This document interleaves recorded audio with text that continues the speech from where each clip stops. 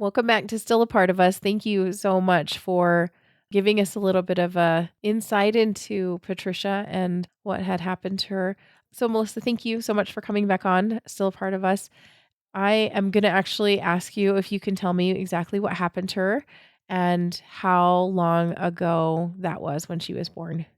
She was born 16 years ago, Yeah. and it was a cord It was like accident. it was a Yeah, cord accident because it had yes. tell us a little bit about how that happened. Her cord had fallen into my cervix and cut off her oxygen. Yeah. And it was kind of the doctor thought when she was trying to turn herself, right? Yes. Yeah, Yeah. it looked as though she was turning herself and the cord had fallen. Down into an exact spot that it kind of pinched off her. Yes, pinched off her oxygen and cut it off. Yeah. And that is it's so easy to think that you were like you did something wrong, but it's in this situation it's like it just happened and it was unfortunate that it Mm, happened. yeah. So it has been 16 years, Melissa. Can you do a little bit of comparison between when she first passed away? You said that you held it together for so long. You Yeah. basically broke down when everybody had left the hospital room, including your husband, and you were hearing babies in the background in the L&D crying around you, but you held it together for your kids. But how did that feel? Did you really hold it together or were there times when you were breaking down and crying and mourning? Well, thinking back now, when I first held her, I cried for a few minutes, Yeah. but then I was just, in the moment of holding her and spending a little bit of time with her that I tried to enjoy it. And it was good Yeah. yeah, held it together pretty well after Yeah. until that night. When you I guess when you told Cassandra, your oldest daughter, who was 4, that you had lost your baby, her baby sister, and she was just crying, right? Crying. And at the Yeah, funeral, just crying. she cried for a while and she is actually now just turned 20.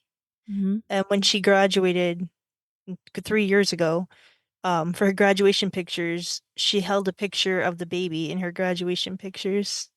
Really? Yeah, for her graduation pictures, there's two pictures, one with her aunt that she was close with that passed, Yeah. and with Patricia. Oh, that's So so her sweet. graduation picture is one with her looking down at Patricia's picture. Oh, that's so Yeah. cool. So she definitely understood. She definitely has had a connection with her, it sounds like, for all these years. Yeah. That's really cool to feel that connection. I also think my kids, I like my 2 kids, they definitely feel a connection to their brother, and I think it's cool. Like to have that they're part Oh of the yeah, family. they even like the younger ones, like the ones that were born after, like if we go to the cemetery, even my 14-year-old, Uh-huh. she cries when we go there, even though Yeah, she never met she's her and younger yeah. and Yeah. she was younger, but she same thing. Like we go there, she cries and it's hard for her too. Yeah. That you kind of feel an emptiness. There's a somebody missing, it feels like. Yeah. So, the doctor actually suggested that he told your husband to make sure you were never alone for that, at least for the first 2 weeks. Yes. How were you feeling for those first 2 weeks? Well, once I was home and with the kids, like I actually was okay. And Mhm. I told him I was like, you need to go to work, and I was okay with being home with the other two. I think that they helped me, my mind stay busy and for me to keep it together. Okay. So they were a little bit of routine that you needed to help with, right? Like you were trying to maintain that routine. Yeah. So with the kids being there, like it definitely kept me in that routine Yeah. and kept my mind off of what had happened. Yeah.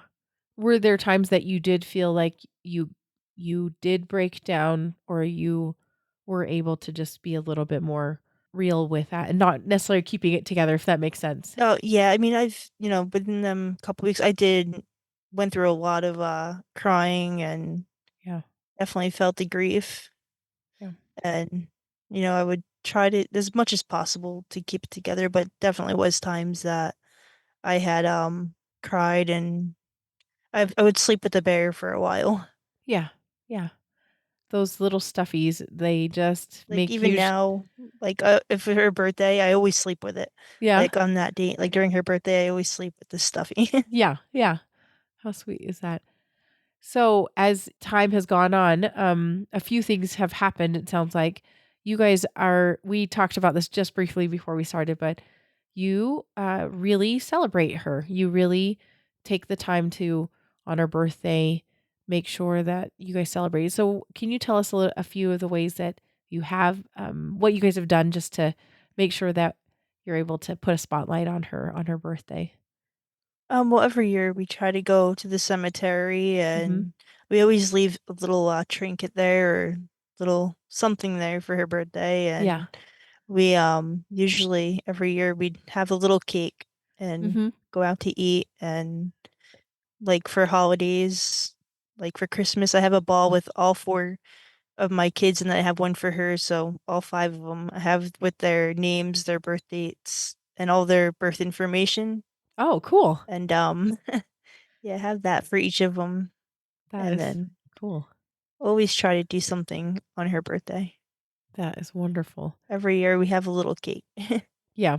And it sounds like you openly talk about her with your kids. The fact that, your 14-year-old is very aware of who she is and Yeah, I mean, but the boys, they're both like they really don't, they're they're in their own little worlds, but the girls, they always mm, want to go and they have a connection leave to her. flowers for, for their grandmother and for Patricia, for Yeah. both. They always want to leave something there too. That So, that's so sweet. The girls got to stay together. yeah. Now, with your husband, how did you see you guys grieve differently? Did you guys notice any differences in how you process this loss? I think that, like when she was born and he cried more, but I think after like he tries more not to think about it and not to bring it up, it's harder for him Uh-huh. than where to me I'm able to talk about it more than he is. Gotcha. Okay. Yeah, it's interesting how different people are and how they process it. Yeah. So, I also want to point out you had 2 kids before.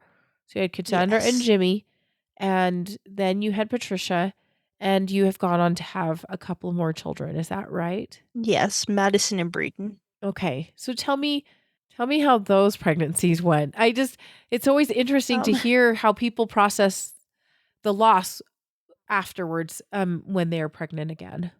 well, with them, it was the same thing. Like I was just morning sickness beginning to end.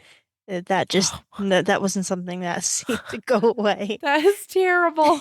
I'm Yeah, sorry. it was. I was in the hospital. Like I would be working, and at the same time I'm trying to work, I'm in the bathroom getting sick. Just So it throwing was up. just Oh. yeah, to the point where I couldn't work during my pregnancies anymore. Oh, And no. with Madison, she was almost 10 pounds. Oh, she And was oh, yeah, wow. she was born with a full set of hair too. Really? So just them two. The other three were no Bald. hair, but those two full set of hair. And so that kind of reminded me of Patricia, but Yeah, because she had the full set of hair. yeah, Their pregnancies were after Patricia, they were then of course high risk. So yeah, with them I got, stress tests and more ultrasounds and yeah. But those were fine. I mean, aside from you being having morning sickness for 9 months, were those ones were the pregnancies were fine? yeah, everything was fine from the beginning to end with the other two. Okay. How were you doing, mentally and emotionally, though, during those pregnancies? I always had it in the back of my mind that, something would go wrong Yeah, or, if it could happen again. And yeah, that was just always something that stayed with me. yeah. And during them pregnancies, it was always like, I learned to like count the kicks and always thought something was wrong, Mm. even though nothing was. Mhm. It is, yeah, there's this, like your brain just automatically goes to the worst thing possible. I feel like yeah, you're like, "Oh, was that enough kicks?" Yeah, Yeah, something it feels just, different. It's the worst. yes, always in the back of my mind that something was wrong. Yeah, Even though there's was also besides the morning sickness, perfect. perfect. Yeah. Oh, man. And one of the questions I'd love to ask you, Melissa, is why did you feel like you needed to tell her story now?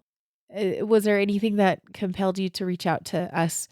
Because I'm always curious because if you've just had a recent loss, it's one thing, but if it's been a few years, I always like to know if you had anything that kind of got you to come reach out to I us. think that more women go through losses than we think. Yeah. And I've had my neighbor across that used to live across from me, her sister went through it. I had friends that went through it, and I think that everyone's story is different Hmm. and but we all experience the loss and Yeah.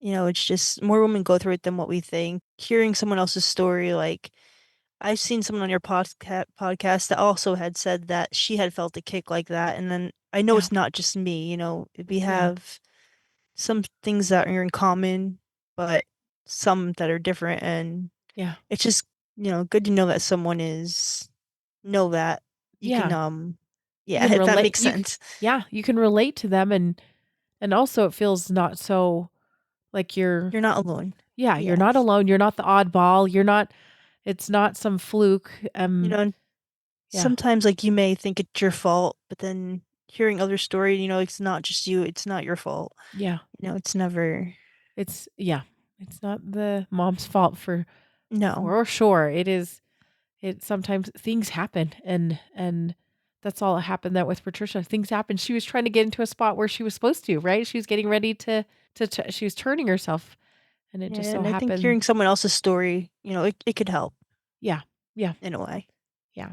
I agree, and I always say thank you to you guys for being so willing to share because that it does help us have, a community and feel not so alone, like you said. Not Yeah. alone, not alone in all of this. Yeah, after seeing your podcast and hearing other stories, it helps, Yeah, you know. yeah, Even though it's been for me 16 years, it helps. yeah. It Because I comes still yeah, no matter what, you're gonna feel that grief. You're gonna when their birthday comes around, or sometimes I'll look at my kids and I'll look at the two in between. I'm like, okay, she's 16, and like if she was here right now, like what would she be doing, yeah, and who would she look like, and so yeah, that grief, you always feel it, but hearing someone else's story helps. yeah. Well, and it's interesting because what you just said, so, actually was kinda crazy crazy because she would be getting her driver's license, right? Yeah. And Hmm. you mourn that new set of things that she isn't going to do, Experience, yeah, and and I see the other kids experiencing it, and then I'm like, she would be in between these two, and yeah. like, Yeah, yeah, what would so, she be doing? What sports and what how would she be doing hmm in school? What friends did she have? Would she yeah, have? it's And just something that you always think about. yeah, So, I yeah, those milestones can be real tricky. oh yeah, It can be really tricky. Melissa, thank you so much. This has been really super helpful for me. It's been nice to feel like that I can make it after a certain point of time. And I'm sorry for your loss yes, because it still, like you said, it just kills me just to think about how your daughter could be getting your driver's license this week. I mean, yeah, this year, and I think about my son and those milestones that he's going to miss out on. That's a whole oh new yeah, set of grief that I've never thought about before. So, yeah. I'm oh sorry for your loss. yeah, It's difficult. yeah, it's all difficult and No it's all matter how sad. old they get, it's you always feel it. And Yeah, yeah. so, Okay, wonderful. Well, thank you so much again. I really appreciate your time today. thank you.